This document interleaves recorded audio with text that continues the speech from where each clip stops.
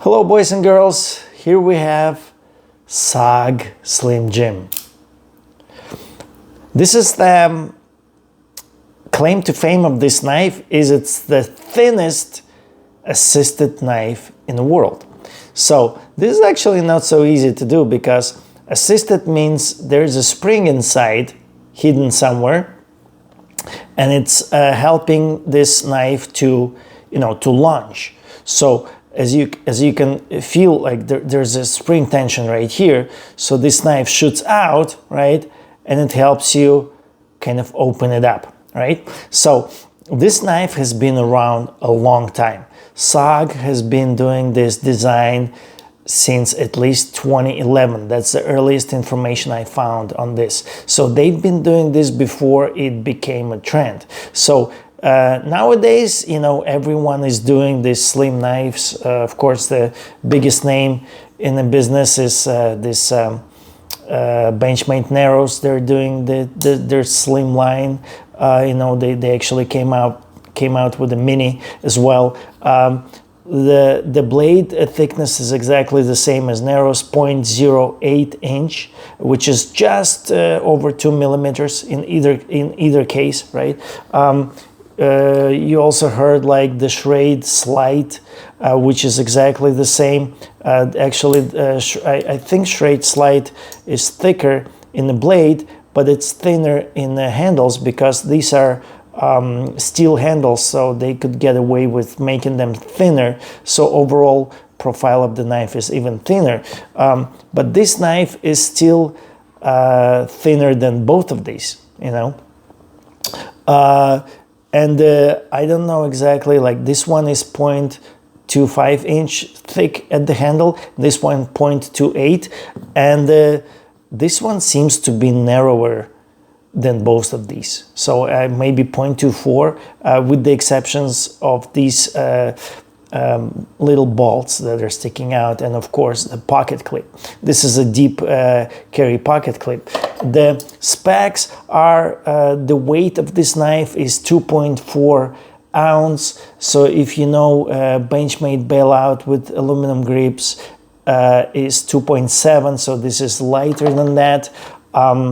The blade length is 3.2 inches. Obviously that's a little shorter than the Narrows by 0.2 inches. Narrows is 3.4. The handle is 4.2 inches. So I guess in a closed position it would be 4.2 inches, right? And it's got a deep carry pocket clip. The blade material is AUS 8, which is the really nice budget steel. And the handle materials is 420 steel, right? It's made in Taiwan, which we like that. Taiwan makes really good knives. And the locking mechanism is lock back knife. So when you put all those features together, it's a really neat package, right? The pocket clip is actually reversible. You can reverse it to either side. It's not meant to be over here on the show side where you see the outline of the SOG. It's meant to be on this other side. And then you see it says SOG Slim Jim over here. It doesn't actually say anywhere what type of steel it is, but it is a AUS 8 steel. AUS 8 steel, in my book, it's a great steel. It's very good on toughness. It's not gonna chip. Might not have the best edge or tension. The profile of this knife is American Tanto, and it's got this really aggressive jimping up on top. This jimping is like a torture device. It could be an improvised saw. If you need to cut down a tree and you have only this knife, you might be okay. This is torturous. This is a device to ruin fingers. But I kind of like that they left it there to be like that. I mean, somebody thought like, okay, we'll just still do it, It's men. Men are meant to, to hurt themselves. Reports from the field are people use this knife and it absolutely disappears. And what I like about this, it's, the frame is integral. You know how like this really expensive knives they have like titanium integral frames. This has got integral frame. Of course, it's made out of stamped 420 steel, which is cheap, and the method of producing it is cheap. But the features are awesome. The features of this knife are really, really interesting. And it's been around and you can still buy it today. You can go on SOG website and, you can order it. It's $59.95, I believe. And I'm sure you can go to like Amazon or something and get it even cheaper, right? And so, that's kind of like what you get for, if you don't want to spend $600 on this thing, there is a way to get a thin, really thin knife for under $60 from Schrade, made in USA. However, it doesn't have all these features. This is like feature-packed knife. Just feature-packed knife. It has more features than both of these knives combined. And nice design. I like how it looks. However, so like if you buy this one, it's simple as can be, and maybe that's what you like. It's thin, it's still gonna disappear on you, but it's very, very simple. It's like got this frame lock, steel frame, steel knife, very thin, right? This one, you have assisted opening, that's one. You got really nice blade shape, which is tanto. It's very usable shape, I think. It's got lock back mechanism, which is amazing. This is a true and trusted mechanism that was originally made popular by Buck Knives of the Buck Hunter series. It's got deep carry pocket clip. This knife disappears on you, right? Not everything is perfect with this knife, I should say. One of the things is this assisted opening mechanism is not working perfectly, right? It doesn't open every time for me, even though you've watched this video so far, and every time it opens flawlessly, right? But it takes some practice to open it like that.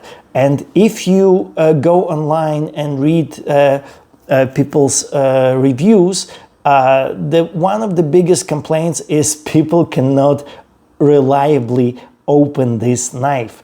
And the trick to opening this knife, you have to have a good grip, right? It cannot just be wobbly in your hand, you have to have the grip, and then the knife shoots forcefully enough if you have the grip, where it will lock. By the way, that didn't work this time, but you've seen it work, right?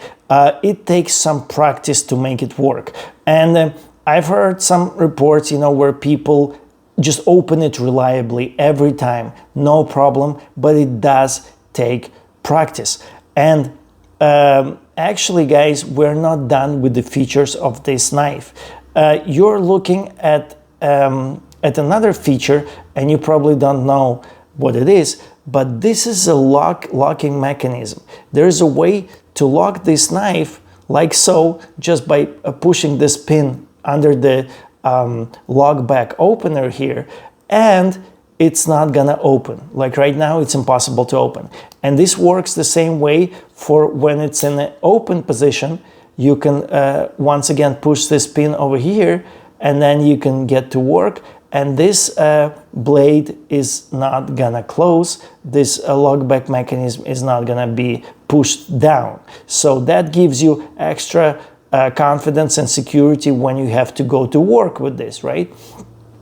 And that's another feature that's not found on either one of these other knives. So the only real con with this knife is really the fact that there's a learning curve when opening this assisted mechanism. Partially because it's so thin, so it's really hard to get a good grip, and partially because of the way it's made. So when it shoots out, this spring is really strong. It shoots out really good. However, when you get down to here, there's significant resistance over here. Not a lot, but just significant enough where if you don't have a good grip, it might not open. It will open like this, right? And that's what frustrates many people. Like, I'll give you an example. This is a Kershaw Cannonball. This is my personal knife that I purchased while vacationing in Hawaii. This is assisted opening knife. It's impossible not to open it reliably every time. It never not opened. Never. It just never not opened. It shoots out like a cannon, and it doesn't even have that much spring force over here as this one. This one has more spring force. This one is more forceful, you know. But it has, in this last part, it has all this resistance. Not a lot, to be honest.